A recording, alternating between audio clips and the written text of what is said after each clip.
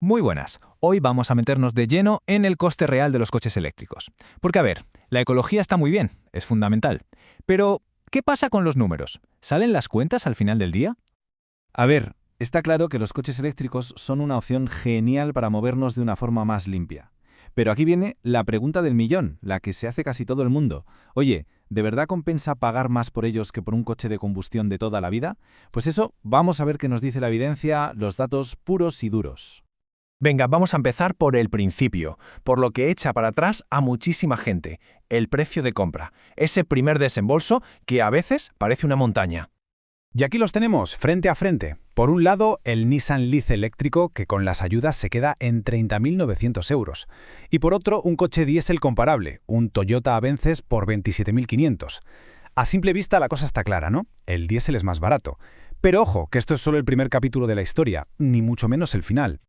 Pero claro, para saber la verdad de verdad, no podemos quedarnos en suposiciones. Necesitamos datos reales. Así que para encontrarlos, nos hemos ido a un caso de estudio, muy especial. Y nuestro laboratorio no es otro que las calles de Valladolid. ¿Por qué? Porque allí se analizaron los datos del primer taxi 100% eléctrico de toda España. Imaginaos, un coche que no para, que está todo el día en marcha. Es el escenario perfecto, el test de estrés definitivo para ver si los números cuadran de verdad. Si nos fijamos bien, aquí vemos que la cosa va más allá del precio. El motor del Leaf eléctrico, 80 kilovatios, el del Avensis diésel, 120 caballos, y luego detalles prácticos como el maletero, que también son diferentes. O sea, son coches que compiten en el mismo segmento, sí, pero nacen de dos filosofías completamente distintas. Porque el coste real de un coche, claro, no es solo lo que se paga al sacarlo del concesionario, ni de lejos.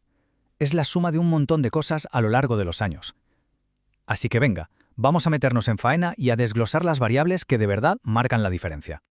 Y el primer factor, y es clave, es este, los kilómetros. Nuestro taxi se hace, atención, 47.000 kilómetros al año. Una auténtica barbaridad. Este uso tan intensivo es genial para el análisis porque hace que tanto los gastos como los ahorros se vean a lo grande, de forma súper clara.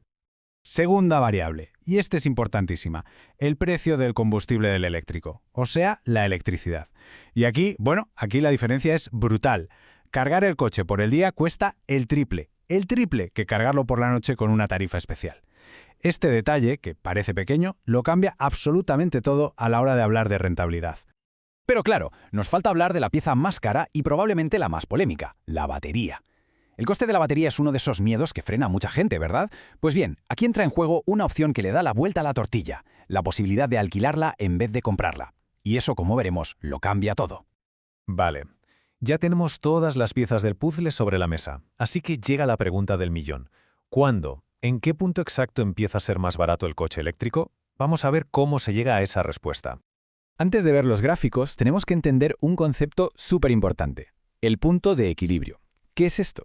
Pues es, digamos, ese momento mágico, ya sea en kilómetros o en años, en el que todo lo que se ha ahorrado en combustible y en mantenimiento iguala por fin lo que se pagó de más al comprar el coche eléctrico. Y a partir de ese punto, todo lo que viene es ahorro puro y duro. Y este gráfico lo explica genial. Mirad, la línea roja, la que es plana, es el coste del diésel. La curva azul es el coste por kilómetro del coche eléctrico. ¿Dónde está la clave? Justo en el momento en que la curva azul cruza y se pone por debajo de la línea roja. Ahí está. A partir de ese momento, el eléctrico ya es más barato. Y como se ve, cuantos más kilómetros se hacen al año, antes llega ese momento. O sea que la idea principal es esta. Para alguien que conduce mucho, como nuestro taxista, y que además puede cargar el coche por la noche, el ahorro llega mucho, pero mucho antes de lo que la gente suele pensar. Ese dinero extra que se pagó al principio se recupera sorprendentemente rápido. Pero, ¿y si en vez de comprar la batería, la alquilamos? Pues, ojo, porque esto lo cambia todo. De repente, el precio de compra del coche baja un montón. Pero claro, aparece un gasto nuevo, un alquiler todos los meses. Y como se ve en el gráfico, la curva de coste se vuelve mucho más rara. Tiene unos saltos. Esos son los puntos donde si te pasas de los kilómetros que tienes contratados, te penalizan. Es un panorama económico completamente diferente. Para que quede todo súper claro, de un solo vistazo, aquí tenemos la comparación de los costes anuales. El diésel, el más caro sin duda. Cargar el eléctrico por el día ya es más barato, se nota el ahorro. Pero la verdadera locura, la ventaja brutal es cargando de noche. Es que la diferencia es abismal. Entonces, después de ver todos estos números, todas estas gráficas, ¿con qué nos quedamos? A la hora de la verdad, ¿cuál es la conclusión?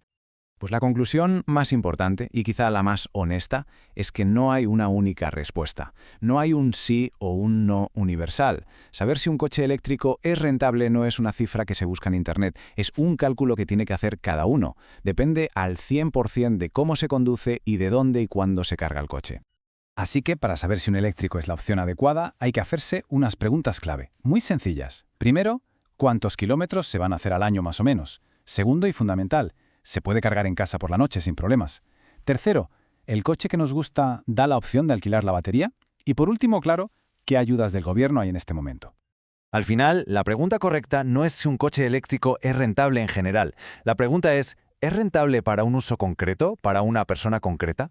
Y bueno, después de este análisis, ahora ya se conocen todas las claves para poder responder a esa pregunta.